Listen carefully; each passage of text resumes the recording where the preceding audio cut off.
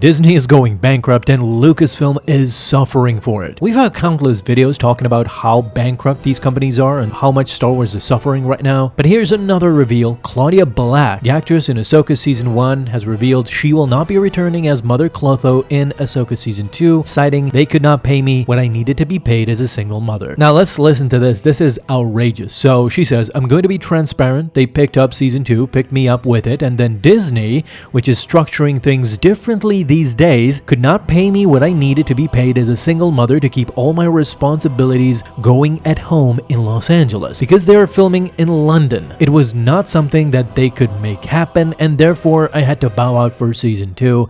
It was very sad for me. So here it is, folks. Slowly but surely you're realizing why Star Wars is suffering year after year, because Disney is effectively moving away from Star Wars completely. They're focusing on Marvel, they're focusing on their big stars, and Star Wars is suffering. Actresses who have just been hired, imagine the Dathomir mothers that were just presented, the Dathomir witches in Ahsoka Season 1, they already have trouble paying them. And Mother Clotho was the main one in the center. It is stuff like this that irritates me, that hurts the Star Wars fandom, that hurts the Star Wars series and movies, because they just get off on the wrong foot every single time, and it's frustrating to read this. It's embarrassing, honestly, and I don't know how Disney is not embarrassed. We're gonna repeat what she just said.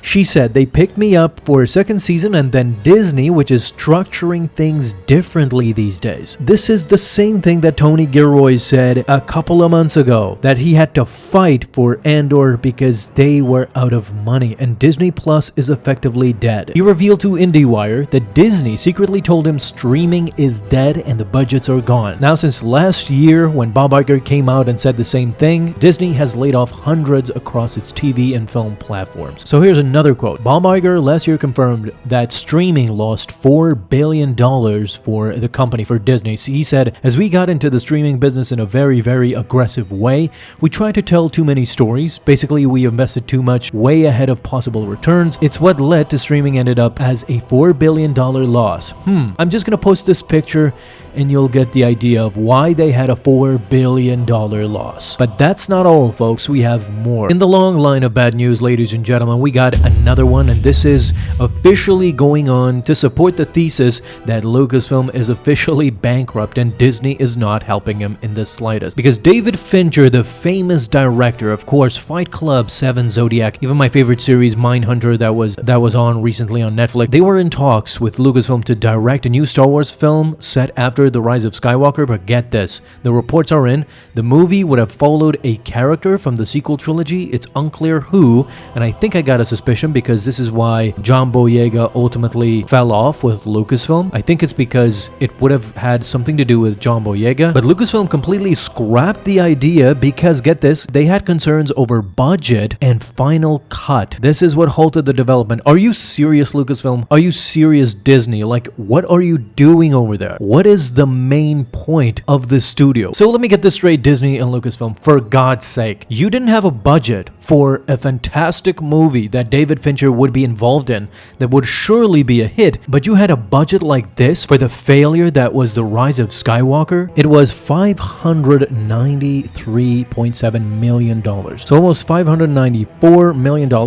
This makes it the third most expensive movie in history. What an embarrassment. Literally, what an embarrassment. And they say Disney is interested in another one of these, like, Rey movies. Is just spectacularly mind-boggling that Disney would even consider going ahead with this. They made the third most expensive movie in history and it failed spectacularly. It just recouped the lost money, perhaps, because it did somewhat good in the box office because it's a Star Wars episode, but they can't rely on that anymore. And going with Rey again and with this storyline that failed, with fans, with critics, with everybody, even those who were supporting the sequel trilogy could not support the The Rise of Skywalker. That's how bad it was. Of course, let's not forget about the reports that Disney is desperately trying to bring back the male audience that they kind of lost with not only Star Wars, but with Marvel and all the things in between, that they tried to bring in more female viewers. Now that seemingly it kind of failed, they want the Gen Z males to come back to Marvel and Star Wars. How do they do this? Well, I can guarantee you that they can't do it with another Rey trilogy. By what we saw in Star Wars Celebration 2025 in Japan, Kathleen Kennedy, although reveals that lacked any Daisy Ridley updates, coupled with Fantastic Four kind of flopping in the box office, and Bob Iger literally coming out, giving out a statement regarding this, gives me a clear path for the Daisy Ridley movies, the new Jedi Order movie, and apparently it is slowly being cancelled as with other projects. Hello there. Hello there folks, welcome. Today I want to convince you 100% that they are no longer moving on with any new Jedi Order or new anything projects. If you get a new in your title, people are not going to be interested. People are not interested in classic characters like the Fantastic Four and like Superman. So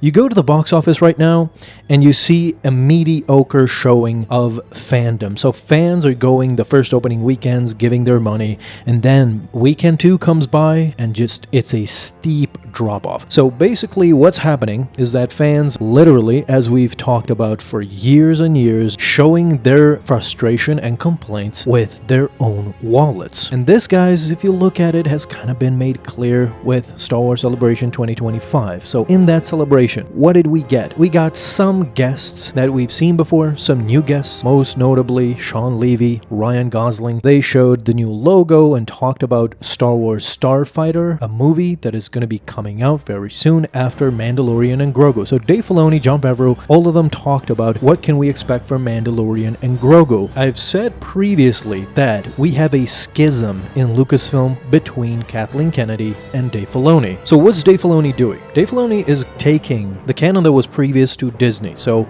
the canon, the EU of George Lucas and him. Don't forget that Dave Filoni was the guy who ingratiated all the Legends material back into canon with his show Star Wars Rebels, with The Mandalorian now. So a lot of stuff has made it into canon thanks to Dave Filoni. What has Kathleen Kennedy done? Kathleen Kennedy, as I understand their roles right now, she is only looking for new opportunities to work with new directors. She said this in an interview herself. She said that we're in a perfect position to just lend out the Star Wars IP to anybody who has a story to tell. I'm interested in working with those people creating new projects. What? She's literally telling you why the fans are so frustrated today, because you have a schism. You have Dave Filoni, who is respecting what is there and trying to expand on it. There is a lot of material. If it wasn't, how could Dave Filoni have come up with The Mandalorian? How can he and George have come up with The Clone Wars? This is a totally different genre outside of the movies. And now he is making his first own movie in Mandalorian and Grogu. So expanding on an original idea, but in-house, not going outsourcing out of it. New original ideas that basically will just tarnish Star Wars. It has been already proven that the true fans of Star Wars were the original ones who worked at Lucasfilm with George Lucas closely. These are passionate fans that want to create and expand Star Wars, while all these other types like J.J. Abrams, Rian Johnson, we know the nightmare fuel that they brought into Star Wars. It wasn't a collaborative effort at all. They just did what they wanted, and the sequel trilogy as a result suffered so badly that it's incoherent. If you go back and watch the sequel trilogy, it's an embarrassment. It's just an embarrassment. There's nothing more to add or to say to that. So let's set aside the fact that Kathleen Kennedy doesn't understand how to move on in the future with Star Wars. Now we have the diminishing returns of Fantastic Four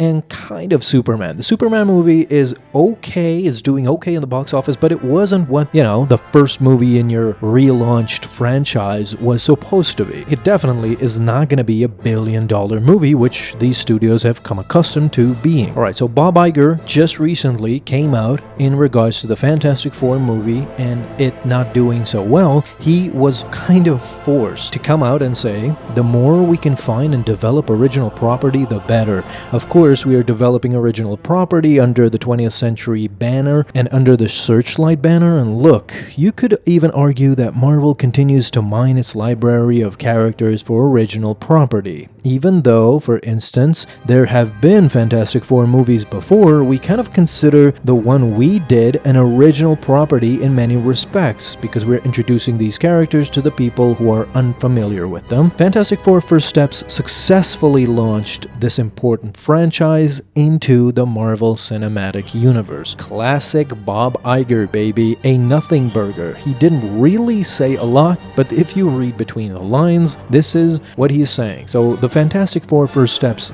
did. He is right. It did successfully launch. As I said in the beginning of the video, this is an illusion. What is happening now is that these are no longer pop culture movies, and we're getting to the basics of the problem. I don't think they can ever go back to that because the leadership lacks in imagination and they can't understand what the problem is. Why aren't people flocking to it? Marvel movies and Star Wars movies especially have completely lost their mojo. It's gonna be really interesting to see what Dave Filoni does with the Mandalorian and Grogu movie, because let's not forget, in 2026, when Mandalorian and Grogu comes out, it's gonna be, since 2019, it's gonna be 7 years since the Star Wars movie was released.